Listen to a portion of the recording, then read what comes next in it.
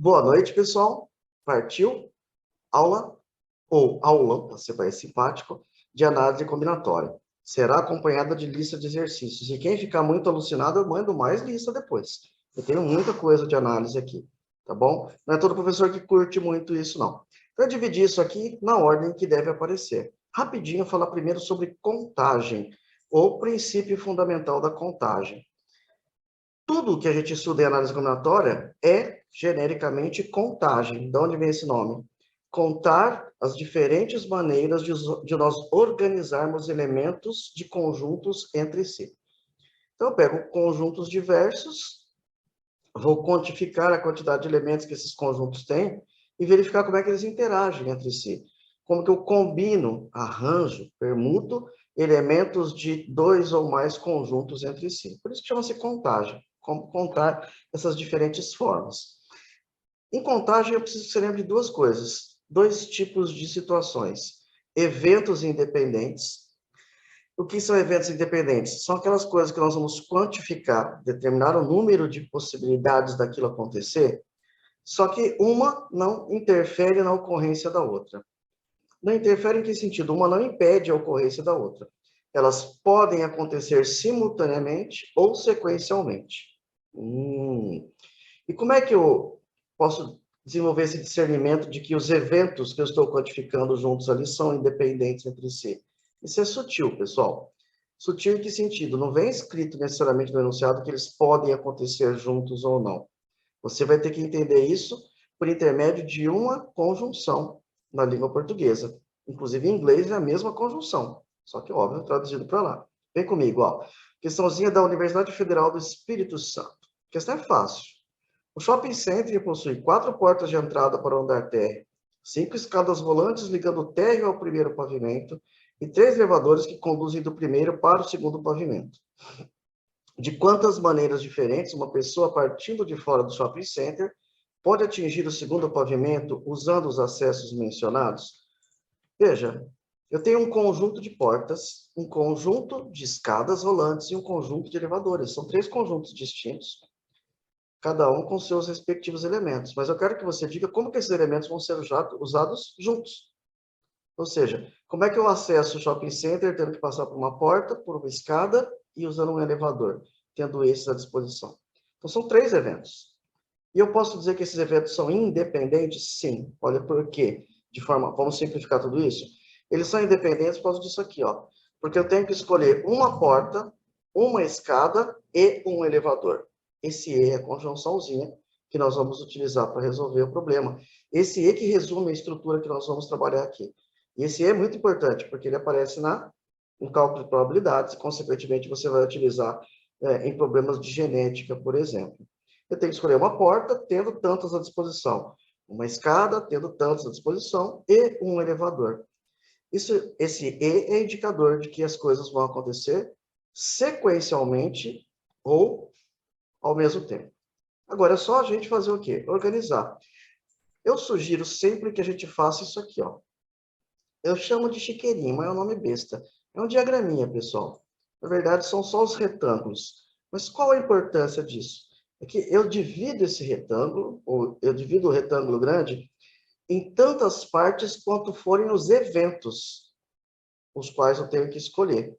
Como eu tenho que fazer a escolha de porta, escada e elevador, são 3 eventos, por isso que está dividido em 3 etapas. Então, aqui dentro eu coloco qualidade, aqui dentro vem qualificador, ou seja, que tipo de evento eu estou avaliando a quantidade aqui. E aqui embaixo eu coloco as quantidades. Todo mundo aqui já resolveu quando veio anunciado, é fácil. Eu estou querendo dizer que a gente tem que seguir um padrão de organização. Porque daí o exercício mais difícil, sendo feito a partir de uma determinada organização, você monta ele de forma que os cálculos no final se tornem coisas simples de se resolver. Então vamos lá. Quantas portas de entrada o enunciado diz que a gente tem? 4. Eu tenho 4 escolhas de porta. Tenho 5 escolhas de escada. E daí, chegando no primeiro movimento e indo para o próximo, eu tenho 3 elevadores possíveis para se escolher. E o que esse E indica? Indica que nós devemos multiplicar. Eventos independentes. A gente multiplica os elementos. 4 vezes 5, 20. Vezes 3, 60. Super fácil, e é mesmo. E tem questão assim que aparece nesses vestibulares? Claro que tem. Acabei de resolver uma questão de vestibular aqui. O que torna uma questão mais difícil de análise combinatória? Pessoal, quanto mais detalhe e detalhes dos enunciados das questões de análise combinatória, quanto mais condições eu coloco, mais difícil se torna o problema, porque mais difícil se torna a nossa organização. Legal? Vamos fazer outro? Olha esse aqui, ó. Opa, antes do exercício, um slide bem importante. Eu percebi, pessoal, a necessidade de falar um pouquinho a respeito do sistema decimal de numeração. A gente aprendeu isso quando era criança, de verdade. A gente aprende isso mesmo quando a gente lê sobre o significado do sistema decimal ou quando alguém nos explica direitinho. O sistema decimal de numeração é o sistema que nós utilizamos para as contas do nosso dia a dia, para o nosso mundo comum. O sistema binário é o sistema que as máquinas, os computadores usam. O nosso é o decimal. O sistema decimal ele é formado por 10 símbolos, que são chamados de algarismos. O 0, 1, 2, 3, 4, 5, 6, 7, 8 e 9. Com esses 10 símbolos, nós podemos formar todos os números que você sabe ou não sabe, que você conhece ou não conhece. Então, o sistema decimal de numeração, pessoal, ele tem uma estrutura semelhante a um alfabeto. Os algarismos são as letras desse alfabeto. Entendi. E, juntando essas letras entre si, ou esses algarismos entre si, nós formamos o quê? Nós formamos números, ou numerais, que são as quantidades que nós representamos por intermédio de algarismos ou de associação entre algarismos. Quando eu escrevo 5, o algarismo 5, e falo, essa é a quantidade de dedos da minha mão, aí aquele 5 é uma quantidade. E eu estou usando o símbolo, o algarismo 5, para representar aquela quantidade de 5 unidades. Muito bem, Geão. O sistema de numeração decimal é também chamado sistema posicional. Por quê? Quando eu troco a posição de algarismos entre si, eles adquirem importâncias diferentes. Se eu formo um número e o último algarismo é o 5, quer dizer que ele tem 5 unidades no final. Mas se eu troco esse 5 e coloco ele antes dessa unidade, daí eu estou dizendo que ele tem 5 dezenas. Por isso que ele é um sistema dito posicional. Parece bobinho, mas não é. Quer ver isso? Ó? Quantos algarismos tem esse número aqui? 1230 tem 4 algarismos. 1 milhar, 2 centenas, 3 dezenas e 0 unidades. Esse 0 unidades, eu posso dizer que é um algarismo significativo. Esse 0 é significativo porque está aqui no final. 1203. Pode ver que só a mudança do 0 e do 3 de posição mudou o número. É uma outra quantidade que eu estou representando. Ainda que eu use os mesmos 4 algarismos. É verdade, João. 1 milhar, 2 centenas, 0 dezenas e 3 unidades. Mas ainda assim é um número de 4 algarismos. Só que se eu colocar o 0 na frente, opa, aí bugou. Esse número aqui não é um número de 4 algarismos. Números de 4 algarismos são números que representam milhares de coisas. Só que esse 0 aqui na frente, ele é dito algarismo não significativo. Portanto, esse número aqui, pessoal, é o número de 3 algarismos. Guarda isso que é importante, tá? Os algarismos ocupam posições no sistema de numeração. E dependendo da mudança que você faz nessas posições entre si, você obtém o quê? Números diferentes. Tá bom? São as coisinhas. Né? Uma coisa é você estar estudando análise combinatória, é outra e a gente falar de coisas que são agregadas à análise combinatória, que se a gente não souber legal, já era. A gente vai ver isso em exercício. Quantos números de 4 algarismos distintos podemos formar, tendo à disposição o conjunto A, que tem 1, 2, 3, 5, 6, 7, 9. Então, esse conjunto aqui ele é formado por 3, 6, 7 algarismos, tá vendo? E eu quero saber quantos números de 4 algarismos distintos nós podemos formar com isso à disposição. A primeira coisa que a gente tem que fazer é o seguinte.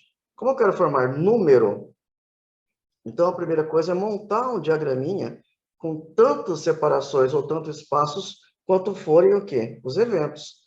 Os eventos são as escolhas dos 4 algarismos nas suas posições. E o exercício está colocando para a gente uma condição. Eu estou dizendo que esses 4 algarismos têm que ser distintos. Significa que eu não posso repetir algarismo. Então, olha como é que eu vou montar aqui o diagrama. Se eu tenho que ter 4 algarismos, o último, eu sugiro que a gente sempre comece pela última posição, que é a posição das unidades. Antes das unidades tem as dezenas, antes as centenas, antes os milhares, antes dele dezenas de milhares e assim sucessivamente. Beleza? A única condição que o exercício está me impondo aqui é que eu não posso repetir. Então, vamos lá. Vamos escolher qual o algarismo da casa dos milhares. Quantas possibilidades de escolha eu tenho? 7. Posso usar qualquer um deles. Só que como eu estou exigindo que esses algarismos sejam distintos, significa que o próximo cara aqui, ó, já não pode ser mais 7. Eu já usei um dos 7, restam 6. Como eu já usei 2 dos 7, para escolher quem que vai ser o algarismo das dezenas, restam 5 possibilidades. E aqui embaixo, das unidades, eu coloco 4. Muita gente, pessoal, não faz isso que eu faço, que é colocar a qualidade, ou seja, colocar o evento lá dentro. Tem muita gente que começa a colocar os algarismos lá dentro. Cara, se você fizer isso, você se enrola inteiro. Por quê?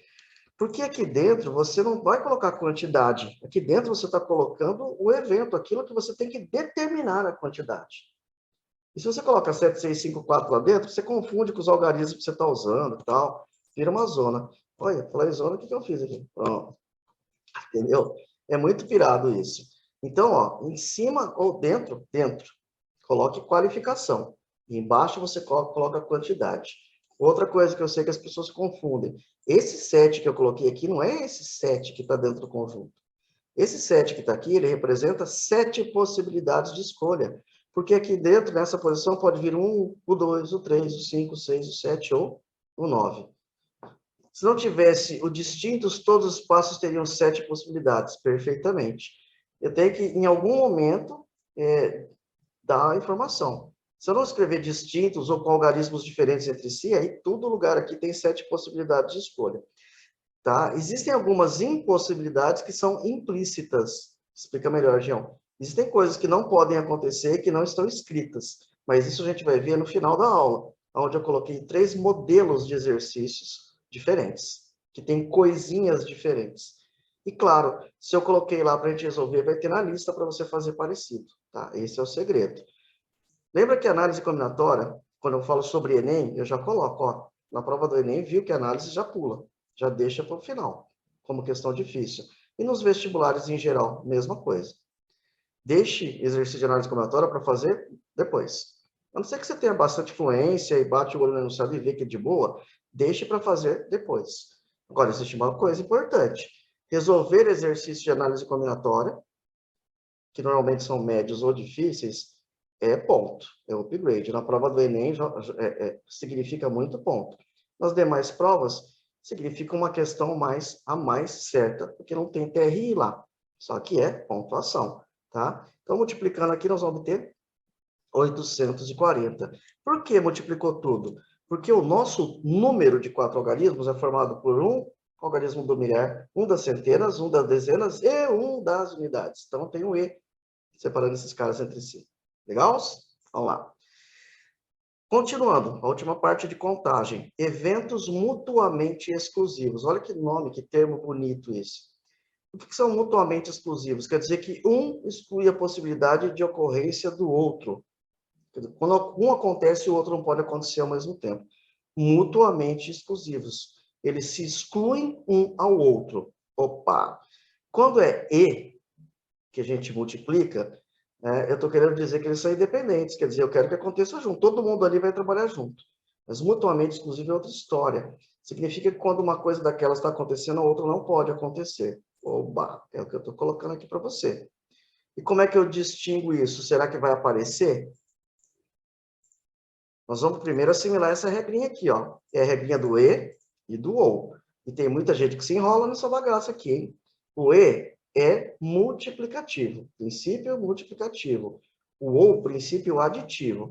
Então, o E, quando é probabilidade, para o exercício de análise combinatória, E é multiplicação, o OU é adição. Em teoria de conjuntos, tem uma pirinha dessa também. Na teoria de conjuntos, o E é intersecção. Eu quero que aconteça ao mesmo tempo. E o OU? O OU é a união. Eu quero juntar todo mundo. Aguinha, tá bom? Então, vamos lá. Ó. Exercício de vestibular. Unesp, prova 15 de novembro. Só por curiosidade, a Unesp, no ano passado e neste ano, tem primeiro turno, né, primeira fase, 90 questões objetivas.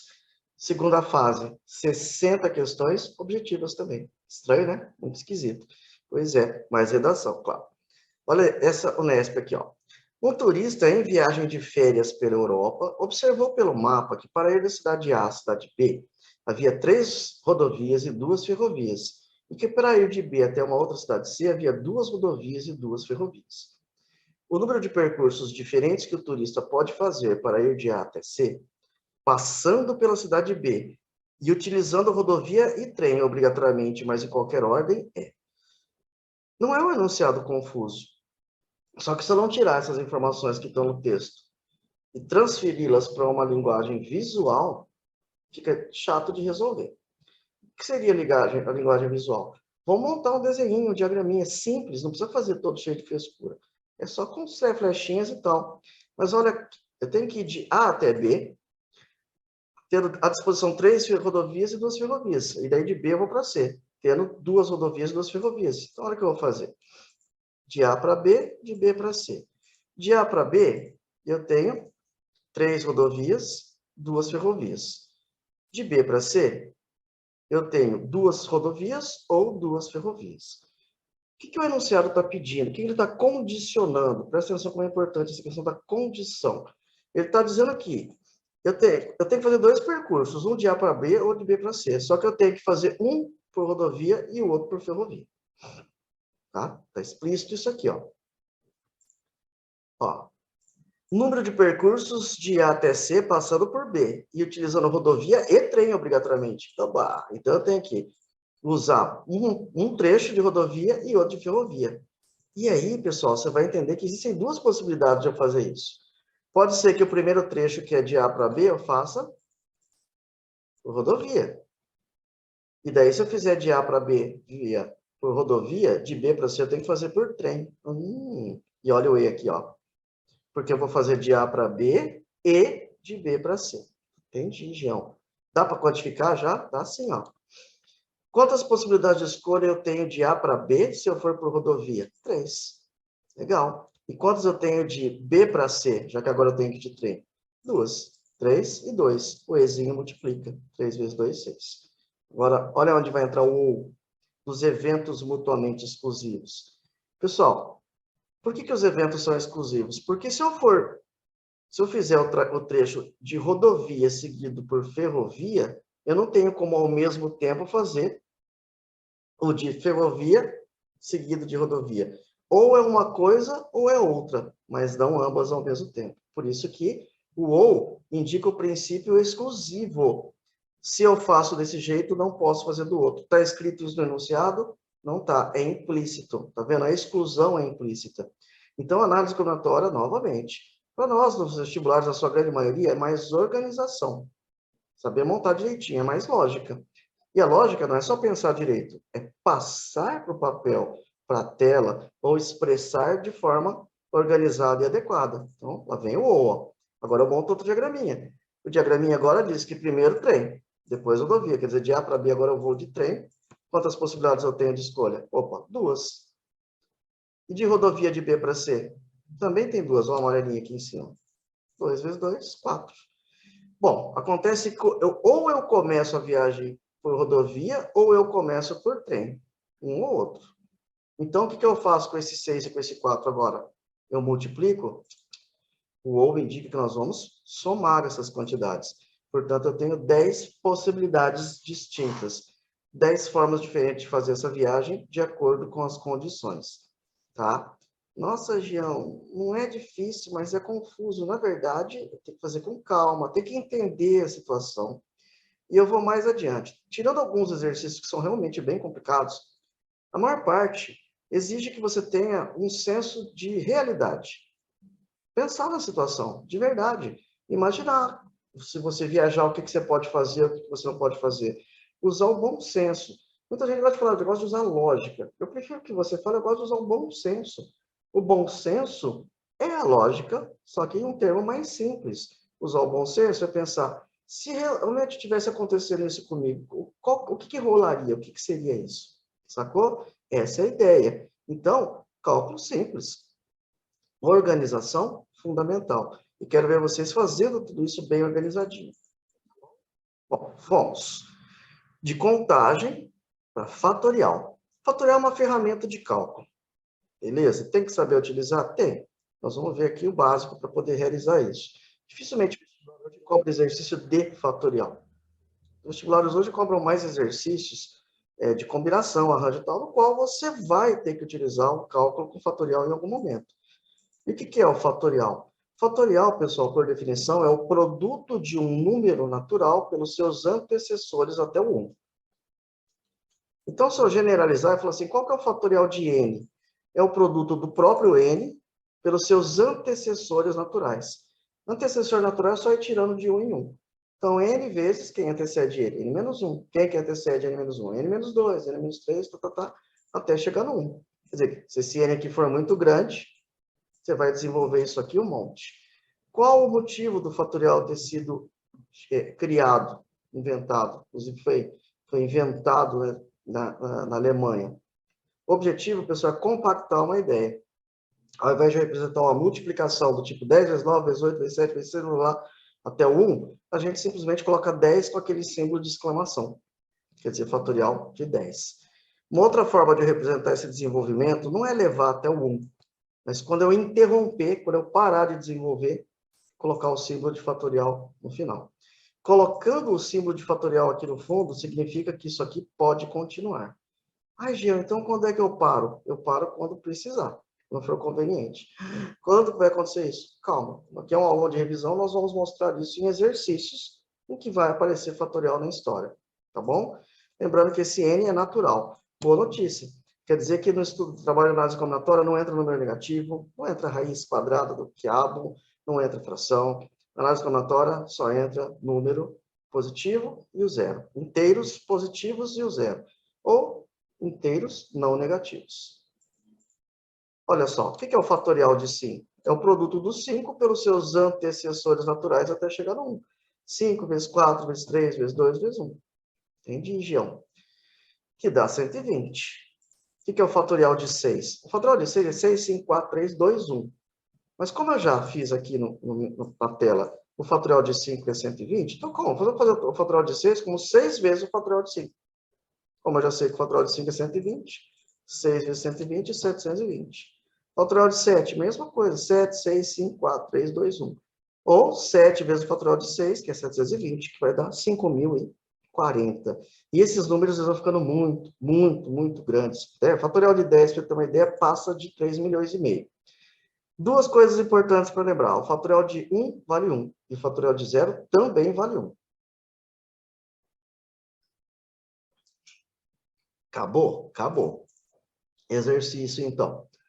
O valor de fatorial de 22 menos fatorial de 21 sobre fatorial de 20. Nem pense em desenvolver fatorial de 22 para você ver quanto vai dar. Eu falei que o fatorial de 10 já dá mais de 3 milhões e meio. Imagina multiplicar esses 3 milhões, esses 3 milhões e 600 e tantos mil, vezes 11, 12, 13, blá, blá, blá. Você não consegue fazer isso à mão. Então, Jean, tem que ter alguma técnica, né? Tem que ter. Qual que é? Simplificar. A ideia aqui é a gente desenvolver os maiores sempre em direção ao menor.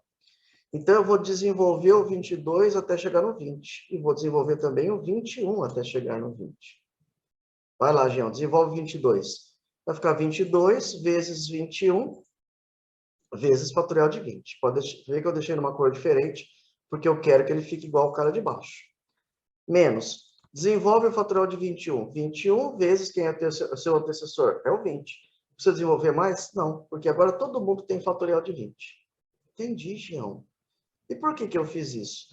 Pessoal, fatorial é um símbolo que representa uma ideia, que é o produto do número pelos seus antecessores até o 1. E ele tem que sumir em algum momento. Ou eu faço ele sumir desenvolvendo até chegar no 1, ou eu faço ele sumir quando eu posso cancelar. Como que eu cancelo? Quando eu subtraio dois fatoriais iguais, eu posso cancelar. Quanto que é fatorial de 20 menos fatorial de 20? É zero. Ou quando eu posso dividir, e eu posso dividir aqui, ó.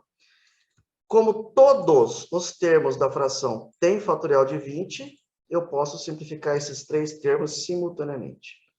Jean, entendi. Sabe por que eu posso simplificar todos? E só assim eu posso? Porque essa fração está com os dois caras em cima e só um embaixo. Mas, na verdade, eu poderia representar essa fração com esse cara de cima que eu estou mostrando aqui no laser com o fatorial de 20, menos a outra fração, com 21 fatorial de 20 dividido por fatorial de 20. É verdade. Vai cortar tudo os fatorial de 20, João. Fechou.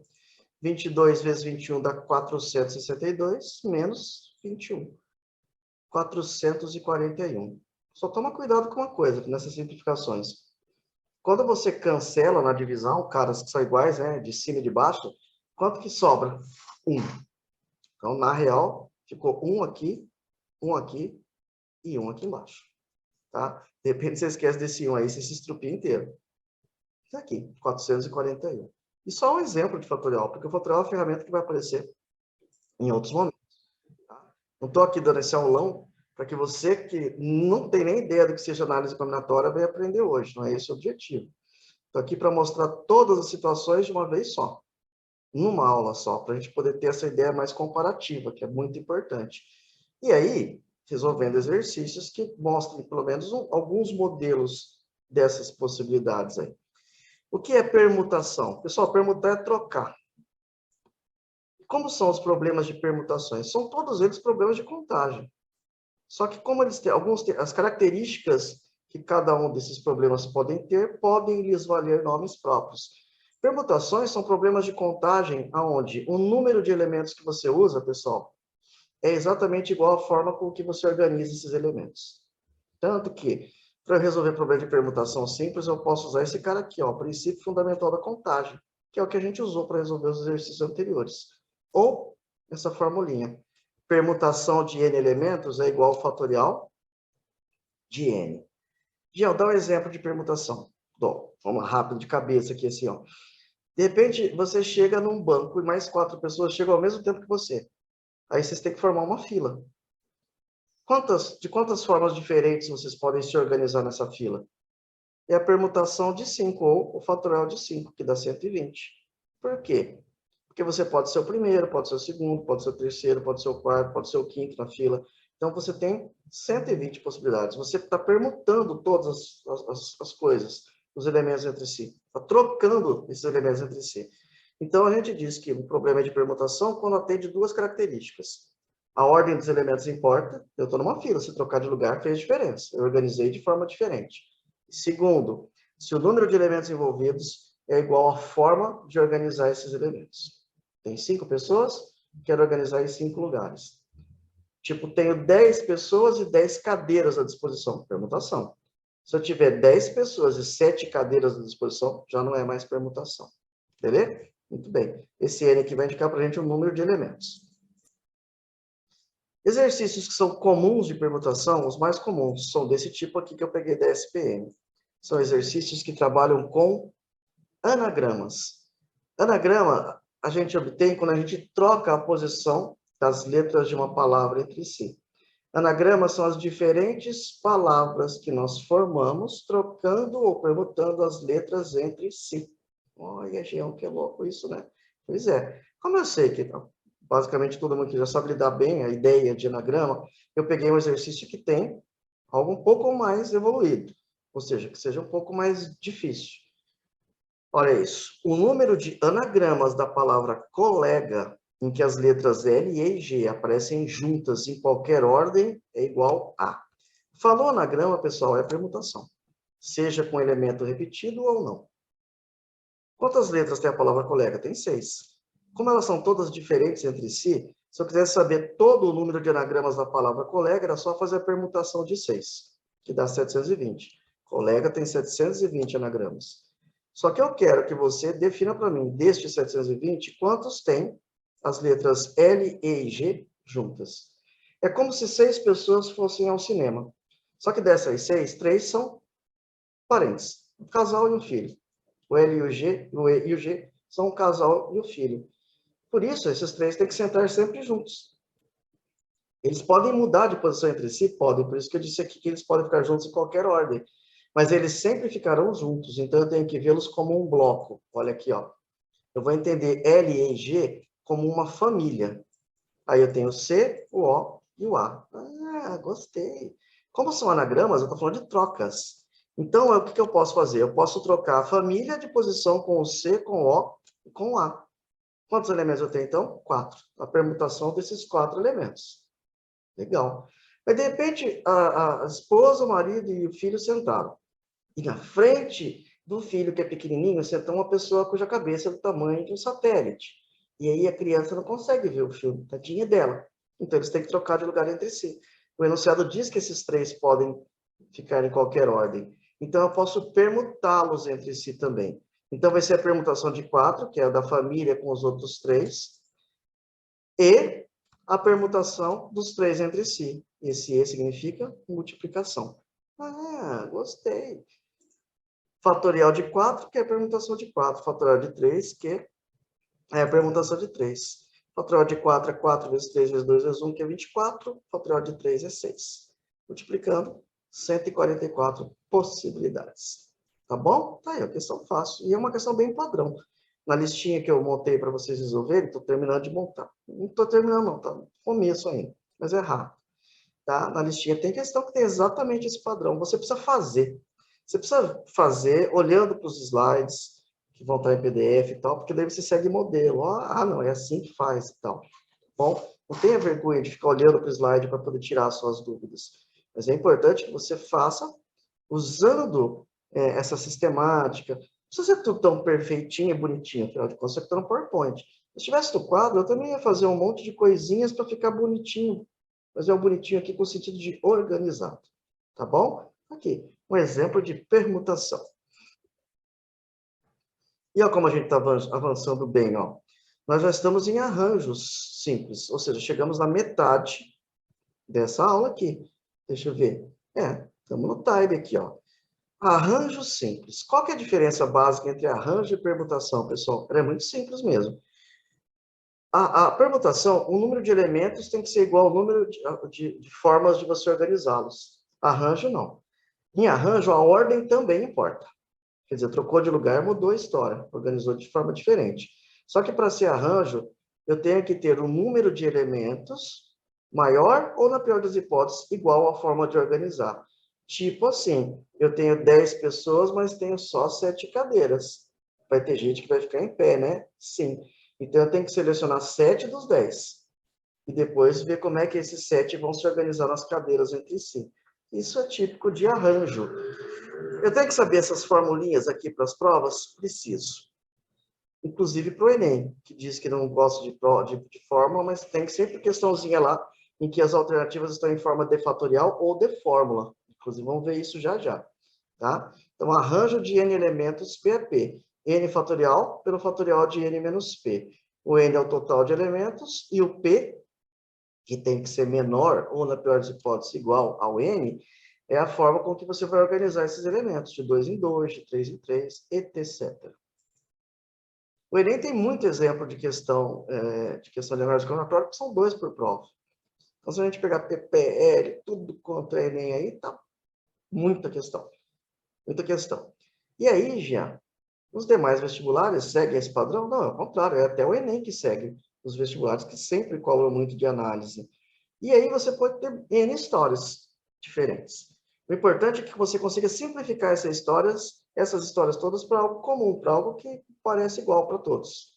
Então, eu posso ter história de avião. Essa questão que eu vou resolver aqui com vocês agora de avião, eu já vi igualzinha, em outro momento, mas com ônibus. Então, é a mesma história, é a mesma ideia, a mesma forma de calcular e de resolver, mas adequado a um contexto, a uma historinha diferente. É isso. Olha lá. Uma família composta por 7 pessoas adultas, após decidir o itinerário de sua viagem, consultou o site de uma empresa aérea e constatou que o voo para a data escolhida estava quase lotado. Na figura disponibilizada pelo site, as poltronas ocupadas estão marcadas com um X e as únicas poltronas disponíveis são as mostradas em branco. Está aqui. O avião. Opa, então vamos dar uma olhada. Desocupados eu tenho 2, 3, 4, 5, 6, 7, 8, 9. Muito bem. Eu quero saber o número de formas distintas de se acomodar a família nesse voo. Opa! Esse negócio de número de formas diferentes, a quantidade das diferentes maneiras, não sei o que lá, isso sempre significa, olha, é problema de análise combinatória. E o Enem tem muito, pessoal, de você ter que dar respostas que estão em forma de fatorial, em forma de fórmula mesmo. E é bom bater o olho nas questões, porque bater o olho eu já sei, não, isso aqui já sei que é análise, que eu estou vendo fatorial ali e tal. E o outro motivo é não ficar perdendo tempo à toa. Essa questão aqui é uma questão onde, vamos lá, eu tenho 9 lugares e 7 pessoas. Ou seja, eu tenho que arranjar esses 9 lugares para essas 7 pessoas. E se eu trocar de posição? Se eu trocar pessoas de posição entre si nos lugares, eu organizei isso de forma diferente ou se organizou? A ordem importa. Tá, mas como eu tenho mais lugares do que pessoas, então já sei que não é um problema de permutação, né, Jean? Não, é um problema de arranjo. É um problema de arranjo onde o N vale 9, o P vale 7. Aí é só jogar na fórmula, pessoal. O arranjo de 9 elementos, 7 é 7. Fatorial de 9 em cima e fatorial de 9 menos 7, ou fatorial de 9 menos 7, que é 2, embaixo. Olha lá. Alternativa A. Nossa, Jean, eu não posso deixar essa questão para a parte difícil da prova. Vai deixar assim. Você não sabe se você vai ter que pensar muito, quanto você vai sofrer para resolver. Agora, fala comigo. Eu coloquei a questão como difícil. Eu vi, Jean, mapeei a prova. Deixei coisa que tem análise para o final. De repente, cheguei lá e consegui resolver. Só alegria. Por quê? Porque a questão, de fato, é fácil mesmo. Só que você tem que ter noção dessas coisas que a gente está lidando aqui. Da diferença que existe entre os casos, das fórmulas, etc, etc. Gostou? Facinho, né? Ó lá, falei que a gente ia ver de tudo. Agora vamos ver combinações simples. O que diferencia combinação de arranjo? É que nos arranjos, pessoal, a ordem dos elementos importa. Na combinação, não. Numa combinação, eu não tenho lugares, eu não tenho posições, eu não tenho hierarquia. Arranjo, permutação, essa história toda tem a ver com ordem sendo importante. Significa que se eu mudar os elementos de ordem, eu obtenho uma nova forma de organizar esses elementos. Então, quando eu falar de ordem importa, é por quê? É porque os elementos têm posição para ocupar. Mas em combinação isso não existe. Em combinação, a ordem dos elementos não interessa. Como assim? Fala a escalação de um time de futebol. De um time de futebol salão, de vôlei. Se você mudar a ordem dos nomes, você mudou a escalação do time, não continua a mesma equipe, o mesmo grupo, a mesma comissão. Então, combinações têm a ver com isso. Se eu mudar a ordem dos elementos entre si, eu não obtenho um agrupamento novo. Entendi, Gião? Muito parecido, né? Tanto que a forma é muito parecida também. A forma de arranjo é essa parte que eu estou destacando aqui. A forma de combinação ainda tem esse P fatorial embaixo. E o que esse P fatorial embaixo faz? Ele elimina as repetições. Repetições? Sim. Esse P fatorial aqui embaixo, ele faz com que você não repita grupos que você já conseguiu montar. Como são os, normalmente, problemas de combinação mais típicos? Como esse aqui, ó. O enunciado não é gigante, mas exige de você muita atenção. Universidade Federal de Santa Maria. As doenças cardiovasculares aparecem em primeiro lugar entre as causas de morte no Brasil. As cirurgias cardíacas são alternativas bastante eficazes no tratamento dessas doenças. Supõe-se que um hospital dispõe de 5 médicos cardiologistas, 2 médicos anestesistas e 6 instrumentadores que fazem parte do grupo de profissionais habilitados para realizar cirurgias cardíacas. Quantas equipes diferentes podem ser formadas com 3 cardiologistas, 1 anestesista e 4 instrumentadores? Muito bem. Quantas equipes, de quantas maneiras diferentes a gente consegue organizar esses conjuntos entre si? A primeira coisa que eu vou fazer, e que você deve fazer, é o seguinte: separe do enunciado, ou destaque aqui, ou escreva à parte, quais são os elementos que você tem à disposição.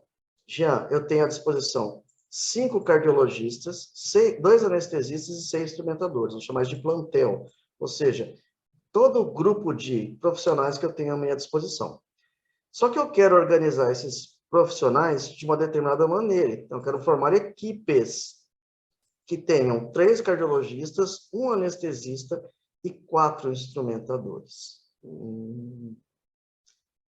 Muito bem, Gião. Então, eu tenho isso à disposição e quero usar isso. Qual a primeira coisa que eu devo fazer? É discernir se a ordem desses elementos faz diferença ou não faz. Veja, eu vou forjar o exemplo aqui, mas você não precisa perder esse tempo aqui na prova, não.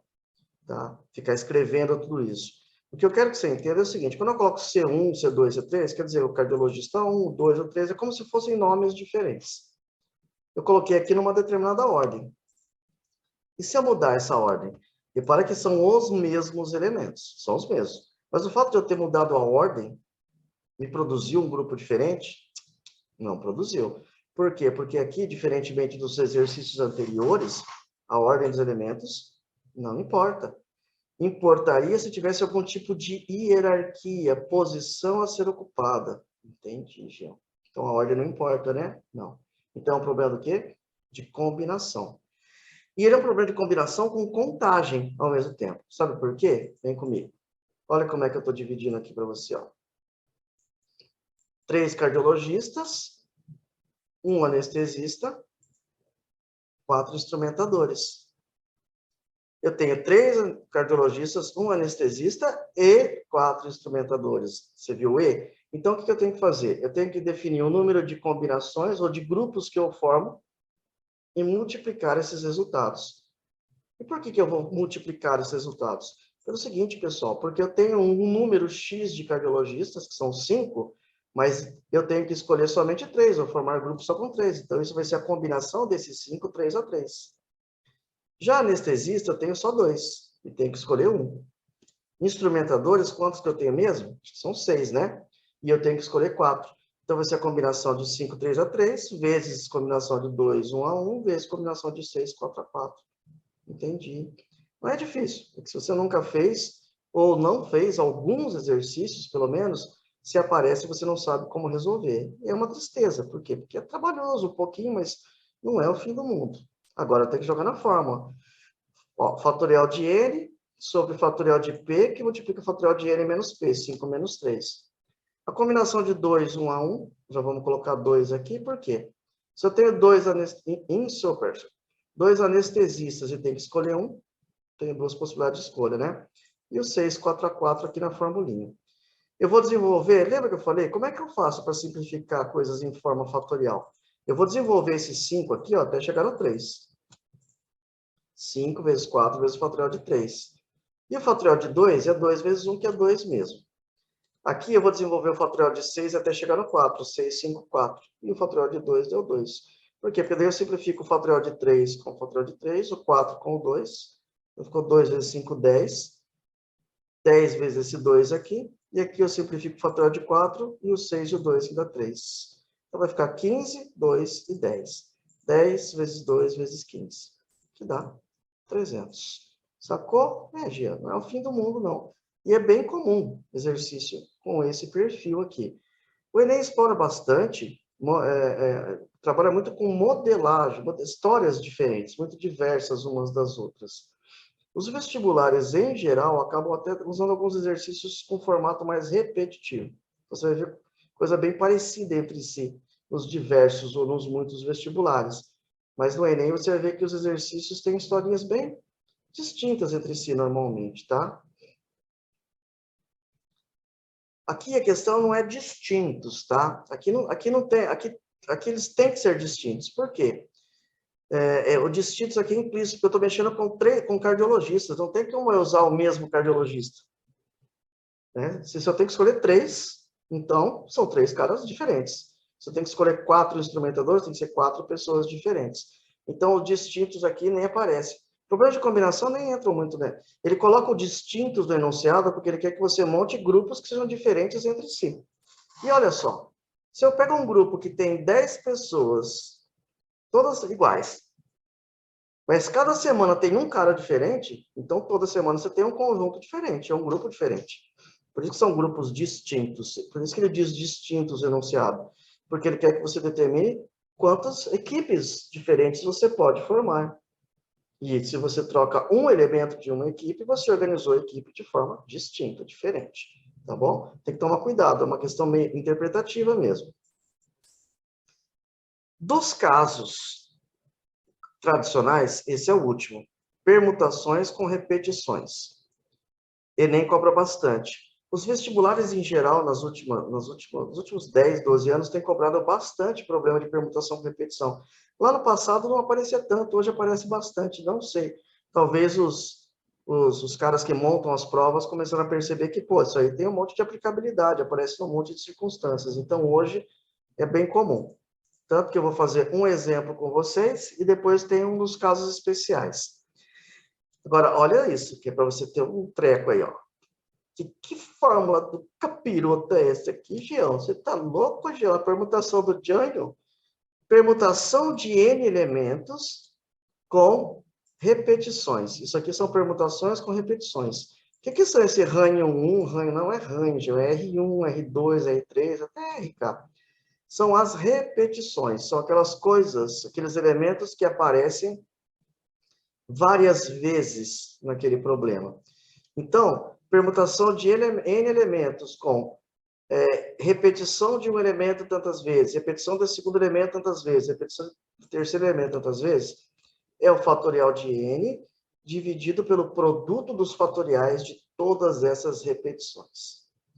Parece muito feio, porque está cheio de letra aqui, pessoal. Fica bem esquisito, mas na realidade a aplicação é bastante besta mesmo, é bastante simples. Quando que isso aparece? Vai aparecer quando eu estiver mexendo com anagramas de palavras com letras repetidas. Olha, se eu pegar a palavra elementos, tem letra repetida aqui, ó. O E aparece 3 vezes. É verdade, Geião. E se eu trocar esse Z de posição entre si, eu vou obter palavra diferente? Não vou. Então, eu tenho que eliminar essas repetições. É isso que esses fatoriais aqui de baixo fazem. Entendi, Geião. Exemplo. Da Universidade Estadual do Rio de Janeiro. Uma criança ganhou 6 picolés de 3 sabores diferentes. Baunilha, morango e chocolate, representados, respectivamente, pelas letras B, M e C. Usar letrinhas em problemas que simulam a ideia de permutação com repetição é bem interessante, tá? Eu já vou entender por quê. De segunda a sábado, a criança consome um único picolé por dia, formando uma sequência de consumo dos sabores. Observe essas sequências que correspondem a diferentes modos de consumo. Vamos lá. Ó. BB, EMC, MC. Tipo, baunilha, vanilha, morango, creme, morango. Ou BMM, CBC. Ou CMM, BBC. Ele quer saber o número total de modos distintos de consumir os picolés. O número total de modos distintos de consumir os picolés equivale a quanto? Vamos lá, pessoal. Isso aqui são diferentes formas. E essas formas são diferentes por quê? Porque, ó, segunda e terça ele comeu baunilha, quarta ele comeu morango, quinta ele comeu creme, sexta morango de novo, sábado, opa, entendi. São diferentes formas de eu comer esses piloqués aí. Ô, Jean, mas tem uma pira aqui, ó. Esses dois primeiros são baunilha, não é isso? Se eu mudar a ordem desses dois baunilha, vai ter mudado a história?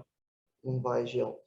Se eu falar que eu comi creme aqui na quinta e comi esse outro creme lá na sexta, não sei, esse na sexta, outro quinta e sábado, aqui é quinta e lá é sábado. Se eu comi creme na quinta, creme no sábado, se eu mudar a ordem desses dois cremes entre si, um vai para o que era sábado foi para quinta e vice-versa, muda alguma coisa? Não muda, Gião. Por isso que vai ser um problema de permutação com repetição. Quantos elementos a gente vai permutar? 6, ué. São 6 picolés. Só que o de baunilha, eu como em 2 dias, eu como 2 de morango e eu como 2 de creme. Então, vai ser a permutação de 6 elementos com repetições 2, 2, 2. Só isso, Jean, só isso. Inclusive, você pode pensar nisso como se fossem palavras, siglas. Se eu formo uma palavra e mudo a ordem das letras, eu obtenho palavras diferentes. Obtenho, Jean. Mas se eu mudar só as letras repetidas entre si, eu não obtenho nada novo. Não, por isso que eu tenho que eliminar as repetições. Como é que eu faço? Fatorial de 6 dividido por fatorial de 2, vezes fatorial de 2, vezes fatorial de 2. Aí você resolve do jeito que você achar mais legal. O ideal é desenvolver o 6 até chegar em 1, 2. Para cortar o fatorial de 2 aqui com o de lá, ó. E um fatorial de 2 você transforma em 2, o outro também. Assim fica 2 vezes 2, 4, fica aquele 4 ali. Cai fora também. 3 vezes 5, 15, vezes 6, 90 possibilidades. Jean, não é difícil. Você tem que saber qual caso que você vai usar. Aí, realmente, A ideia é simples. O lance, né, uma das coisas que eu quis propor nessa aula, era mostrar as modelagens comuns, os modelos convencionais, e colocar mais alguns modelos de casos que são diferentes. E que não é que sejam difíceis, mas por serem diferentes, eles se tornam casos onde um ou outro consegue resolver. Ou seja, só resolveriam alunos que já viram isso mesmo, que tiveram aula que o professor mostrou e que praticou, só não resolve. Que é o que eu vou fazer agora, nessa parte final da aula. Resolver 3 modelinhos que têm características que vocês têm que ficar muito atentos. O FAO, Universidade Federal de Alagoas. Pode ver que o enunciado é curto. Ó. Quantos números pares de 4 algarismos distintos podem ser formados com os elementos do conjunto A, que tem 0, 1, 2, 3 e 4? Pessoal, primeiro que você tem que discernir aqui é o seguinte, já indique o enunciado quais são as condições. Números pares, isso é uma condição. Que tem que ser formado com 4 algarismos, é outra condição. E tem mais, distintos. Olha, para quem fica na dúvida com a historinha do distintos, repare que esse distintos aqui está ligado aos números de 4 algarismos que eu estou formando. Números de 4 algarismos distintos, quer dizer que eu quero que os algarismos sejam distintos entre si. Tá? No exercício de combinação, você pode ver que ele fala assim, quantas equipes diferentes ou quantas equipes distintas. Aí é os grupos todos entre si que têm que ser diferentes. Né? Grupos diferentes entre si. Aqui eu estou dizendo que os algarismos é que devem ser distintos. E é uma questão de interpretação que tem a ver com análise sintática, né, pessoal? Esse distintos aqui está ligado a quem? A algarismos, e não aos números. Ah, entendi. Sacou? Muito bem. Por que esse problema tem algo de diferente, Jean? Bom, vamos lá.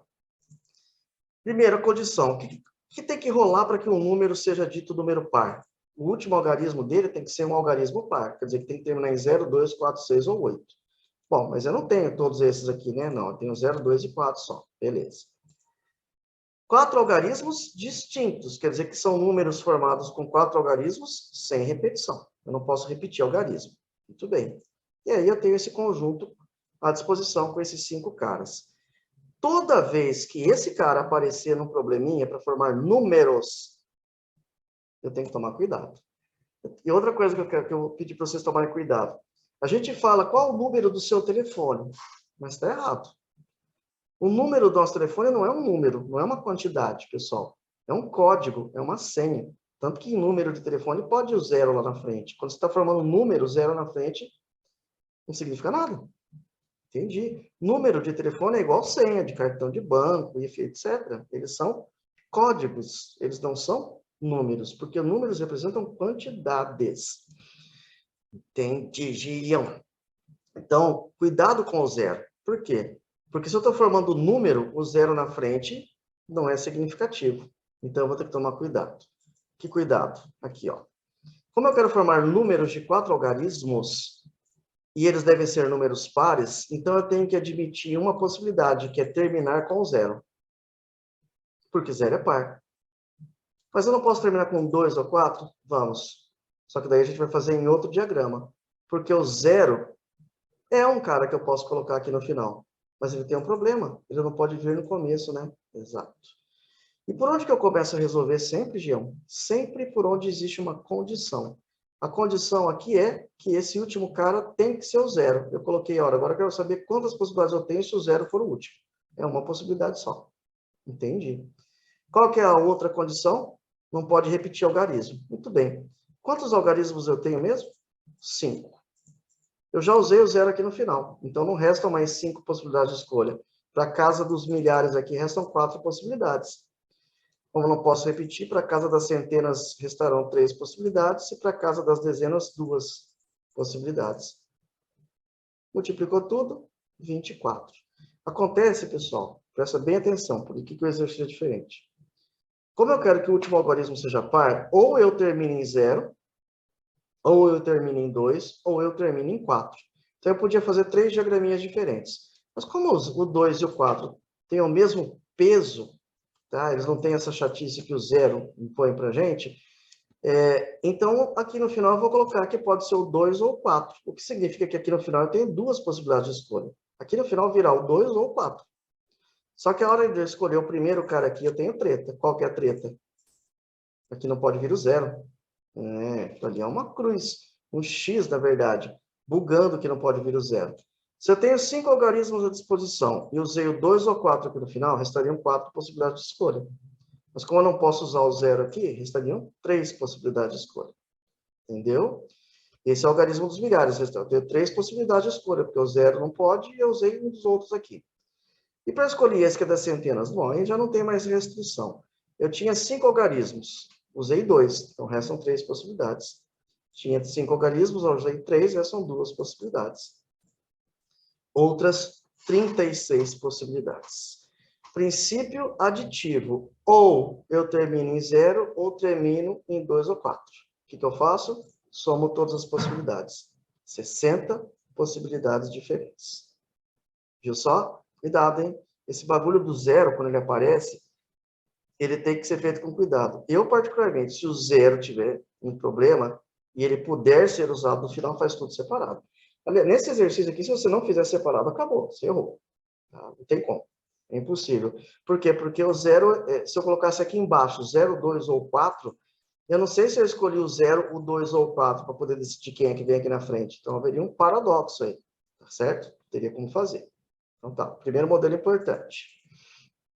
Segundo modelo importante, uma questão que caiu no Enem de 2017. Muitos de vocês vão lembrar da questão, já devem ter visto, mas não devem ter entendido. Então deixa eu explicar. Um brinquedo infantil caminhão cegonha é formado por uma carreta e 10 carrinhos nela transportados conforme a figura. Aí o cabelzinho. Feio que é o diabo o caminhãozinho, né? No setor de produção da empresa que fabrica esse brinquedo, é feita a pintura de todos os carrinhos para que o aspecto do brinquedo fique mais atraente. São utilizadas as cores amarelo, branco, laranja e verde, e cada carrinho é pintado apenas com uma cor. Quer dizer, ele é só laranja, ele é só verde, etc. O caminhão cegonha tem uma cor fixa. A empresa determinou que em todo caminhão cegonha deve haver pelo menos um carrinho de cada uma das 4 cores disponíveis. Presta atenção. Eu tenho que ter pelo menos um branco, pelo menos um verde, pelo menos um laranja e pelo menos um amarelo.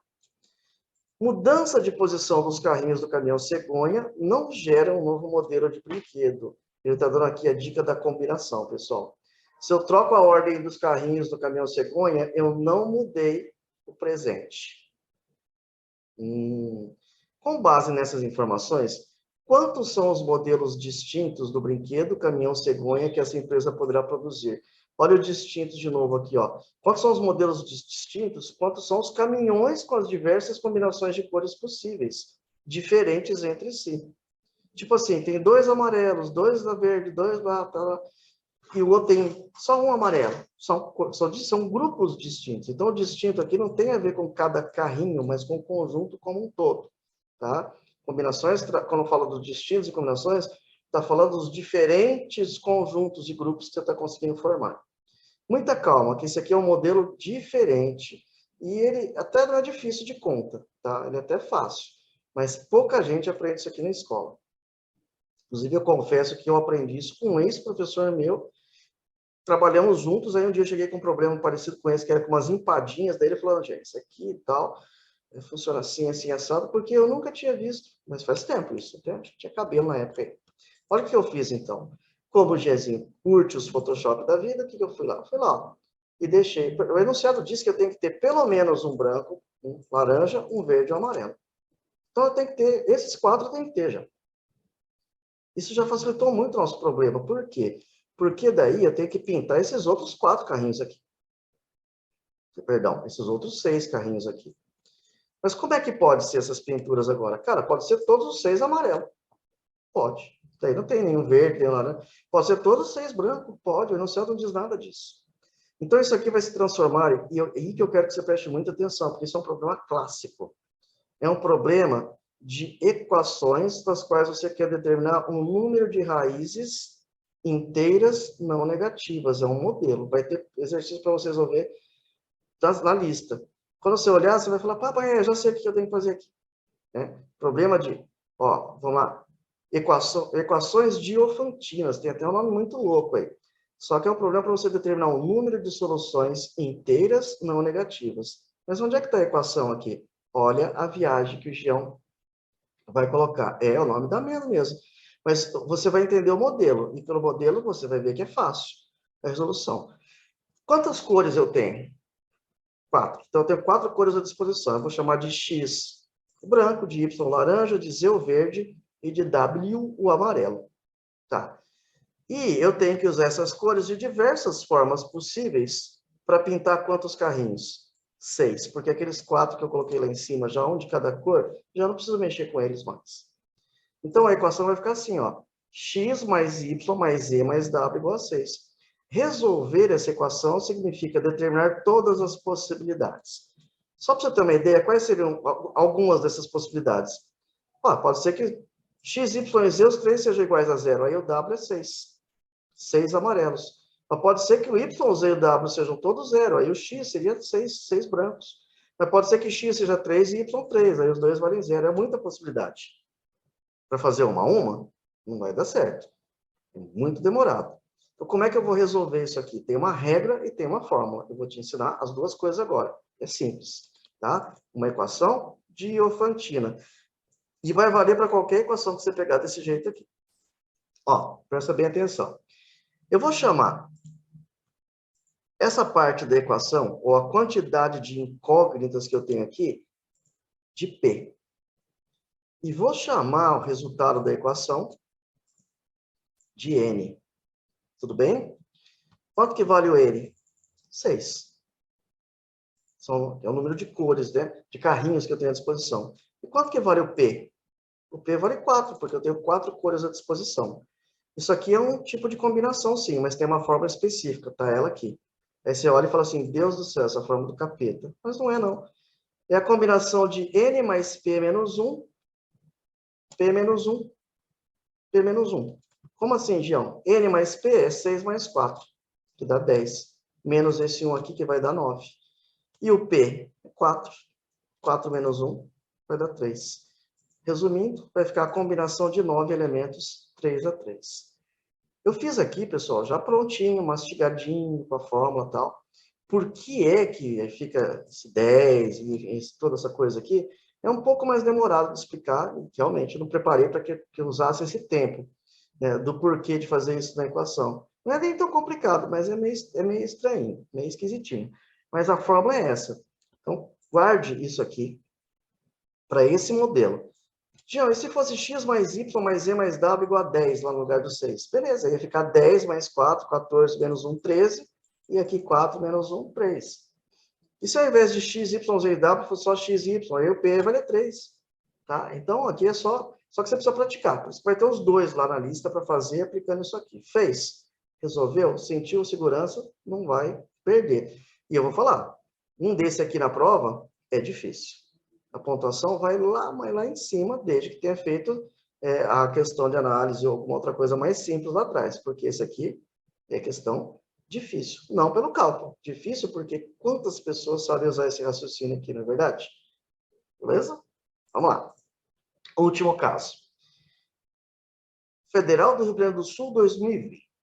Um aplicativo de transporte disponibiliza em sua plataforma a visualização de um mapa com ruas horizontais e verticais que permitem realizar deslocamentos partindo do ponto A e chegando ao ponto B, conforme representado na figura abaixo. Vem aí, figura. Ó, imagina que cada pequeno pedaço desse aqui seja um quarteirão. Entendeu? Eu quero ir até o B. Só que tem uma condição. Ó.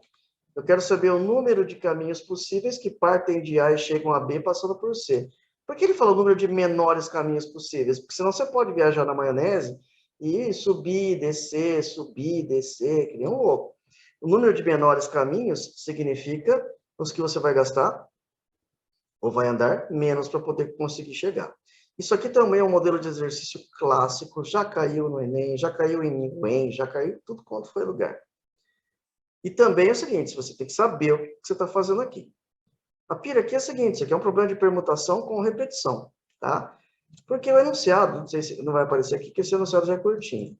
O que eu tenho que fazer, pessoal? Eu tenho que andar sempre na horizontal ou na vertical, tá? Então, ó, vamos chamar horizontal aqui de direita e vamos chamar em sentido vertical de subir. Então, ó, D, D, D, S, S, S. Quer dizer, vim para a direita 3 vezes e subir 3 vezes. Entendi, Gião. Quantas quadras você andou para fazer isso? 6. Aí eu faço uma pergunta. Se você fizer D, D, D, S, S, S, se você mudar a ordem dos Ds e dos S entre si, vai fazer diferença? Não vai, Gião. Ir para a direita, ir para a direita, ir para a direita, é a mesma coisa. Subir, subir, subir também. Entendi. Então, você vai permutar 6, olha lá, 3 daqui e 3 de lá, com repetição 3 a 3. E o outro trajeto, que é do C para o B? Isso aqui é um exemplo do trajeto, tá? Eu podia ter vindo para cá, ó, subido 1, vindo, podia ter feito um zigue-zague, eu ia andar os 6 quarteirões do mesmo jeito. Só que eu tenho diferentes formas de fazer o quê? D, os 3 Ds e os 3 Ss. Mas entre si, se eu trocar a ordem entre os 3 Ds e os 3 Ss, eu não obtenho nada novo. Aqui também. Ó, eu posso vir direto na horizontal aqui por 4 unidades e depois subir 2. Entendi. Quantas quadras eu vou andar? 6. Só que daí eu tenho que eliminar as repetições de 4 e de 2. Qual que é o número de caminhos, então? Permutação de 6 com repetição 3, 3. E permutação de 4 com repetição 4, 2. Perdão, permutação de 6 com repetição 4, 2. O E multiplica. Aí é só jogar na formulinha das permutações com repetição.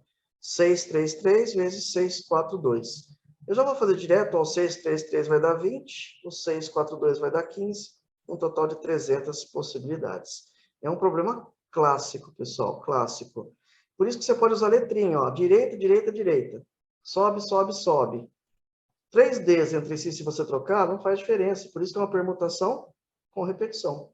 Os 3 S, toda vez que você trocar entre si, também não faz diferença. Entendi? Entendi. Modelo. Tem que fazer. Eu só vou poder liberar essa listinha hoje à noite ou amanhã cedo, para vocês repetirem, tá? Para vocês poderem praticar. Mas até lá vocês vão estar com a cabecinha boa para entender. Da onde que veio o 6? O 6 vem daqui, ó. Só um pouquinho, voltando. Olha aqui, ó. Ó. Eu quero ir do A até C pelo maior caminho possível. Ó, 1 quarteirãozinho, 2, 3. Legal. Agora eu quero subir. 1, 2, 3. 3 mais 3, 6. Quer dizer que de A para C eu vou andar 6 quarteirões. Com repetição de 3 que eu tenho que fazer para a direita e repetição de 3 que eu vou fazer subindo. E aqui, de C para B, eu também ando 6 quarteirões. Eu tenho que andar 4 para a direita e subir 2 de qualquer jeito. De qualquer jeito que eu faço. Eu posso subir 2 aqui e depois andar os 4 para a direita. Por isso que são os 6 ali. Sacou? Geia. Gostei da bagaça, hein? Aí, ó. Eu fiz alguns modelos que são pouco comuns. Isso é importante. Por quê? Porque daí, se aparecer um exercício um pouco mais difícil, você vai ter como resolvê-lo. Mas o importante é você praticar. Não é só assistir minha aulinha aqui. Tá bom? Recomendo esse vídeo para os seus amigos. Vai ficar disponível lá no canal do YouTube. Esse aqui vai estar como listado, ou seja, ele vai estar liberado para todos. Tá bom? Assistam de novo, ou deixe que precisar, eventualmente. Vou só renderizar aqui e liberar para vocês. Falou? E aí, ó, como diria Dom Corona, capite. Você entendeu a bagaça aí? Tranquilo, pessoal? Beijo para vocês. Nos vemos na próxima. Logo libero todos os arquivos aqui.